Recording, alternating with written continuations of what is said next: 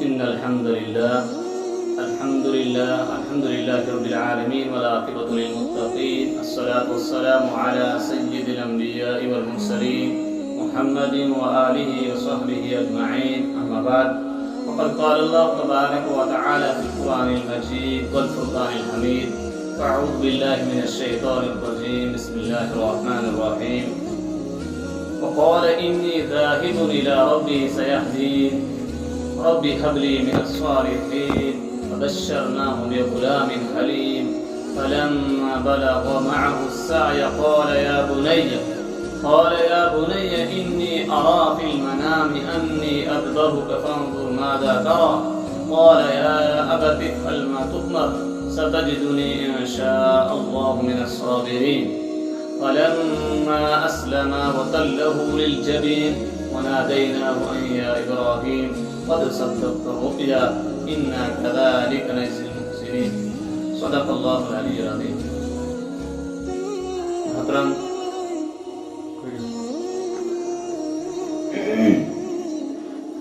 محترم سامعین و ناظرین، میں نے آپ کے سامنے سورۃ الصافات کی آیت نمبر 99 کا آیت نمبر 105 تلاوت کی ہے. ان آیات میں اللہ تبارک و تعالی نے اس مبارک عید الاضحیٰ کا تذکرہ کیا کہ یہ عید الاضحیٰ جو ہم مناتے ہیں یہ کس کی یاد میں منائی جاتی ہے، کیونکہ اللہ تعالیٰ نے مسلمانوں کو جو دو تحفے، دو عیدین تحفتاً دیے ہیں. ایک عید الفطر جو مسلمان پورے مہینے اللہ کی رضامندی کے لیے دن بھر کھاکے رہتے ہیں، بھوکے رہتے ہیں، دن بھر پیاسے رہتے ہیں، جائز تمناؤں سے، جائز امور سے باز رہتے ہیں اللہ کی خوشنودی کی خاطر. تو اس کو پورا کرنے کے بعد خوشی کے طور پر ایک دن اللہ تعالیٰ نے 2 رکعت نماز رکھی ہے، جو عید الفطر کی نماز جو واجب کہلاتی ہے وہ پڑھی جاتی ہے. اور عید الاضحیٰ میں جو خاص پیغام ہے، عید الاضحیٰ میں قربانی کی جاتی ہے. عید الاضحیٰ میں اس یاد کو تازہ کیا جاتا ہے کہ جب حضرت ابراہیم علیہ السلام نے اللہ کی خوشنودی کی خاطر اپنے لخت جگر، اپنے نور نظر، اپنے لاڈلے بیٹے، اپنے اکلوتے بیٹے کو اللہ کی راہ میں ذبح کرنا چاہا، ذبح کر بھی دیا. گرچہ اللہ تعالیٰ کا عزم ہوا اس چھری کو، جس چھری کا کام ہی یہ ہوتا ہے کہ جس پر چلایا جائے اس کو کاٹ دے، اور اللہ کے اذن کے بغیر کوئی کبھی پتا بھی نہیں ہل سکتا. تو چھری کو بھی اللہ کا حکم تھا کہ تو نے اسماعیل کے گلے کو نہیں کاٹنا. تو اسی واقعہ کو اللہ تعالیٰ نے ان آیات میں اس واقعے کا تذکرہ کیا ہے. میں کوشش کروں گا چند منٹوں میں ان آیات کا مختصر سا ترجمہ، ان آیات میں جو اللہ تعالیٰ نے اس عظیم قربانی کا تذکرہ کیا اس کو ہم یاد کریں، کیونکہ عید الاضحیٰ کا پیغام ہی یہ ہے: کن ابراہیم ابن و اسماعیل ابنن. اگر تم باپ ہو تو ابراہیم جیسا کردار نبھاؤ، اگر تم بیٹے ہو تو اسماعیل جیسے بنو. تو گویا یہ اسماعیل علیہ السلام کے متعلق جو علامہ اقبال نے کہا تھا، یہ فیضان نظر ہے، یہ فیضان نظر تھا یا کہ مکتب کی کرامت تھی. یہ فیضان نظر تھا یا کہ مکتب کی کرامت تھی. سکھائی کس نے اسماعیل کو آداب فضل دی. یہ حضرت اسماعیل علیہ السلام، چونکہ حضرت ابراہیم علیہ السلام نے اللہ تعالیٰ سے جو درخواست کی تھی اس عمر میں، جب توقع بھی نہیں ہوتی ہے کہ اب بچہ پیدا ہو، مگر اللہ تعالیٰ سے جو وابستہ رہتا ہے، جو اللہ سے مانگتا ہے، جسے امید ہو کہ اللہ ہی سب کچھ کرنے والا ہے، وہ اللہ کے در پہ جاتا ہے. حضرت ابراہیم علیہ السلام کی زندگی اللہ تعالیٰ نے سورہ نحل کی آیت نمبر 120 میں کہا: ان ابراہیم کان امۃ قانتا للہ حنیفا ولم یکن من المشرکین. ابراہیم علیہ السلام اپنے آپ میں ایک امت تھے. گویا جتنا کام ایک بحیثیت پوری ایک امت کر سکتی ہے، اس سے بڑھ کر کام ابراہیم علیہ السلام نے اپنی زندگی میں کر دکھایا. تبھی تو اللہ تعالیٰ نے کہا تھا: انی جاعلک للناس اماما، میں تجھے امام بنانے جا رہا ہوں، پورے لوگوں کا امام. تو اس سورہ نحل کے اندر کہا امت تھا، ابراہیم علیہ السلام ایک امت تھا. سورہ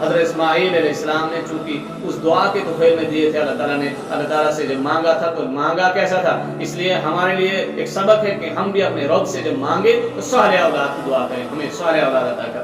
تو ابراہیم علیہ السلام کو اللہ تعالیٰ نے دکھا دیا، جب اسماعیل نے پھر فوراً جواب دیا، یا ابتی افعل ما تؤمر، اے میرے ابا جان تو کر گزر جو تجھے حکم دیا جا رہا ہے، ستجدنی ان قریب تو مجھے پائے گا انشاءاللہ من الصابرین، اگر اللہ نے چاہا تو مجھے صابرین میں سے پائے گا، صبر کرنے والوں میں سے پائے گا۔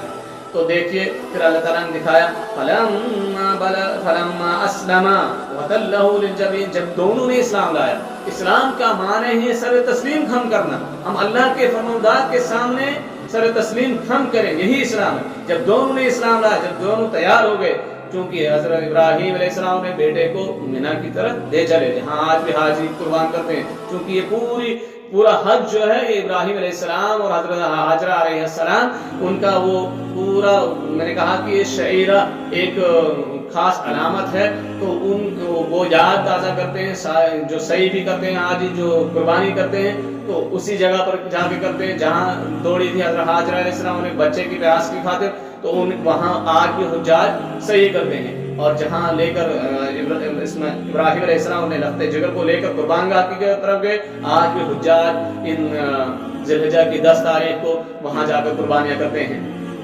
تو فلما اسلم، جب دونوں نے اسلام وتلہ للجبین، اسے پیشانی کے بل لٹایا، کیونکہ حضرت بعض روایات میں آتا ہے کہ حضرت ابراہیم علیہ السلام کو اپنے لخت جگر نے کہا کہیں شفقت پدری تو تیری آنکھوں میں نہ پڑے، اس لیے مجھے چت لٹانا، مجھے چہرے کے بل لٹانا اور چھری چلانا۔ تو گویا دونوں تیار تھے، وہ صالح اولاد تھا، اس نے صالحیت دکھا دی کہ تو نے جو مانگا تھا اور اللہ تعالیٰ نے دکھایا، اور ابراہیم علیہ السلام ایک نمونہ بن گئے، چونکہ ابراہیم علیہ السلام کی پوری زندگی توحید کی زندگی، اصل جو امتن قانتا للہ حنیفہ سورہ نحل کے اندر کا، وہ خاص اللہ کے فرمانبردار تھے، حنیفہ یکسو ہو کر، ولم یکن من المشرکین، وہ مشرکوں میں سے نہیں تھے، کبھی شرک نہیں کیا۔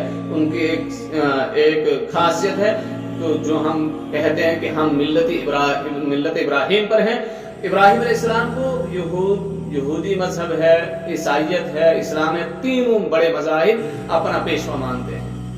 تو وَنَادَيْنَاهُ يَا إِبْرَاهِيمُ، یہاں اب اللہ تعالیٰ نے تذکرہ کیا کہ ہم نے پکارا جب انہوں نے چت لٹایا اور چھری چلانا چاہا، چھری نہیں چل پائی، چھری نہیں کاٹ رہی تھی، کیونکہ اللہ تعالیٰ نے حکم دیا تھا اے چھری آج تجھے کاٹنے کا حکم نہیں ہے۔ وَنَادَيْنَاهُ، ہم نے پکارا يَا إِبْرَاهِيمُ، اے ابراہیم، قَدْ صَدَّقْتَ الرُّؤْيَا، یقیناً تو نے سچ کر دکھایا اپنا خواب، إِنَّا كَذَلِكَ نَجْزِي الْمُحْسِنِينَ، یہ اسی طرح ہم بدلہ دیا کرتے ہیں نیکوکاروں کو۔ إِنَّ هَذَا لَهُوَ الْبَلَاءُ الْمُبِينُ، یہ تو بہت بڑی یہ آزمائش تھی، بلاء المبین، بلا کہتے ہیں آزمائش کو، یہ واضح ایک بڑی آزمائش تھی، کیونکہ یہ آج بھی اگر تصور کریں کسی کو حکم دیا جائے اور ایسے بیٹے کہاں کہ وہ سر تسلیم خم کریں، تو مگر ہمارے لیے سبق ہے، ہم اگر بیٹے ہیں تو ہم اسماعیل کی طرح بنے، اگر باپ ہیں تو ہم ابراہیم علیہ السلام کی جانب طرح بنے۔